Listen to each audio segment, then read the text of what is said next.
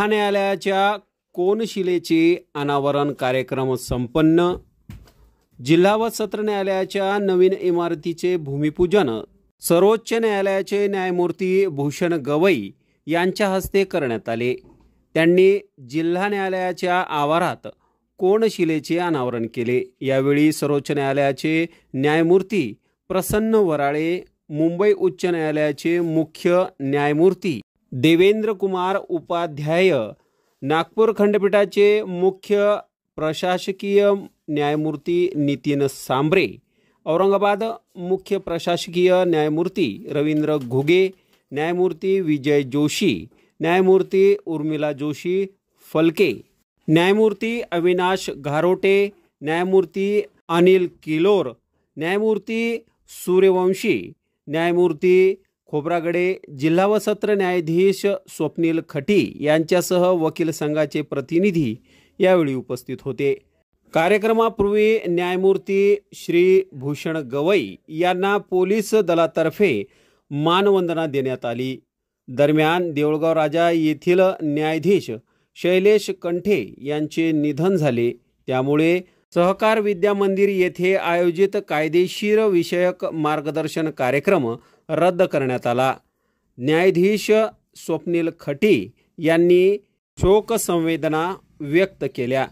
न्यायमूर्ती देवेंद्र कुमार उपाध्याय यांनी श्री कंठे यांच्या निधनाची माहिती दिली। त्यानंतर न्यायमूर्ती भूषण गवई यांनी शोक भावना व्यक्त केली।